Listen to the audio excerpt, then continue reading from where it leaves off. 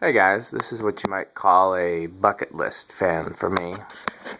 A Nutone Proline 2nd generation.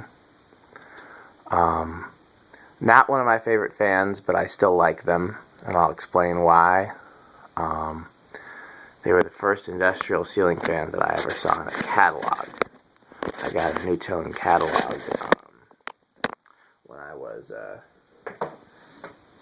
probably only 10. I'm not exactly sure what year it was. Maybe I'm thinking it was 93 or 94. And they had these on the back. And it was the first time I'd ever seen any published documentation about industrial, and they were listed as moving 20,000 CFM. At the time, the most powerful fan I knew of was the original, which was 9,000 or 10,000. And so 20,000 was insane. I just thought they were so cool for that reason. And then I found out that a local golf course, I don't know what I was trying to say there, had one in the snack shop. And so that was cool. And then Menards started carrying them for only $29.99. And I really wanted one, but I don't know why I didn't get one. Maybe I didn't have the money.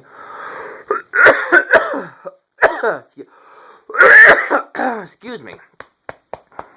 Got some fan oil there in my throat or something. But all that time I'd never seen one in brown, so I always wondered what they look like in brown.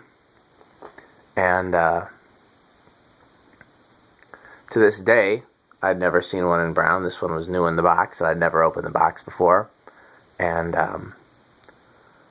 never actually tried one to see how they perform. So this will be my first time for both of those things.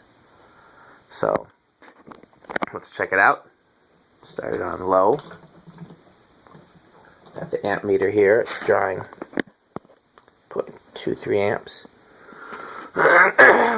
By the way, it's from 2001, and it's rated. It's supposed to draw 0.58 amps on high. I'm going to go over here and get this water bottle that I see. So that might help.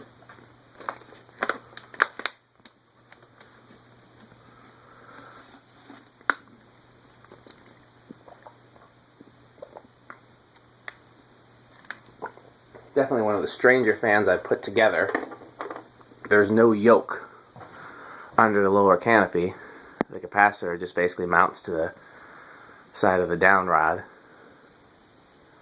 and all the wires are just loose. And there's a spring involved.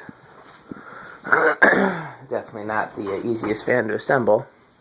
I'll show you the box to it too. This one, interestingly enough, came with the blades in a separate box from the motor. Let's do medium, low. But the motor box was long enough to fit the blades in it, but they were in their own separate box. So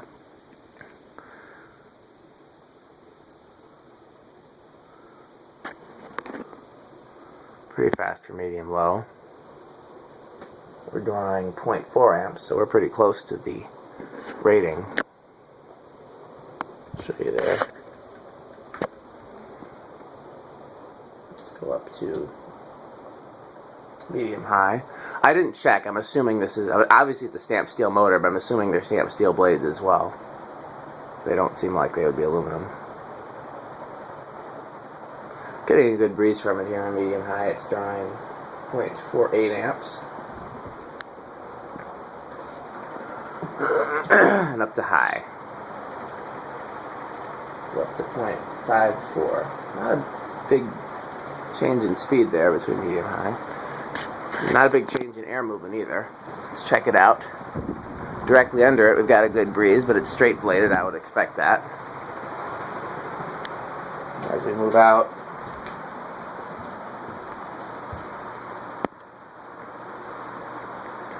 not bad, but nothing exceptional.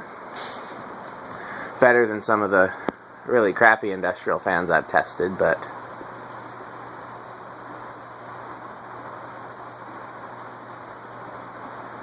nothing that's, you know, super impressive. For the $30 they used to sell them for at Menards, they would have been incredible. Wish I would have got some. So here's the box. It's opened up, and then there's the box the blades came in. This is some of the styrofoam. See the blades. I'm wondering if they ship the blades separately so that you could get No, because it says 56 on the box. So I don't know what that's about.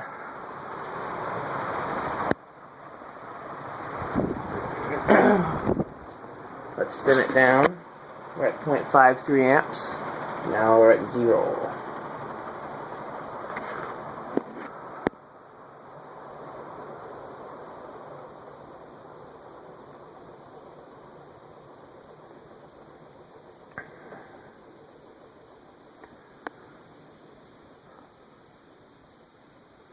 For what these cost, I'm sure they're a pretty good commercial option. That stamped steel motor is just not going to hold up to much. And to me, they kind of look cheap. The lower canopies don't fit on precisely. The upper canopies look very residential and builder fanish.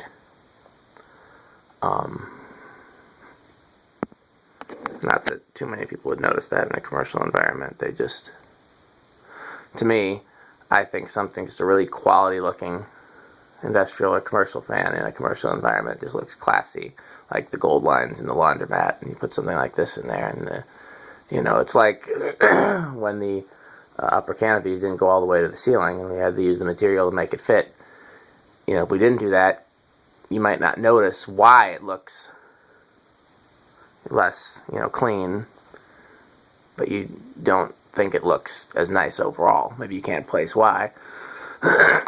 Same thing with the lower canopy not fitting all the way on these, or whatever the case might be.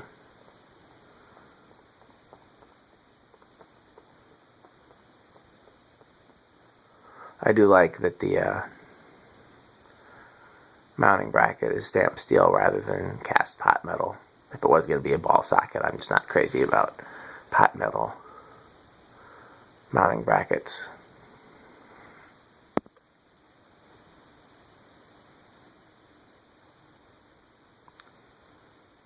What are these? PFC-56? Is that what the model number is? I'll have to look on the box. I don't even remember.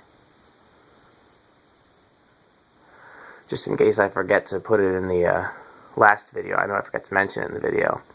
The can arms with the cast aluminum motor are all from 1983. So I need to put that in the description of those videos. It's because I forgot to mention it in the video. So if you happen to watch the can arm videos and you notice that I did not put that in the description, and you watch this video and you're hearing me now, comment on the can arm video and say, hey, remember these are from 83. And then I will add it to the description, because there's a good chance that I'll forget.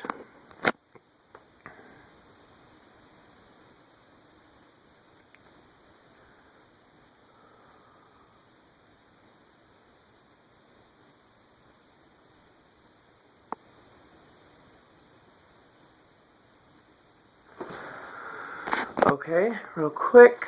First I was going to look at that model number and just see, yep, PFC-56BWN looks like. It's kind of worn off, does it say on this side? No, so we're going to, yeah, oh, but there's a 2. PFC-56II and PFC-56BWN. I was going to show you the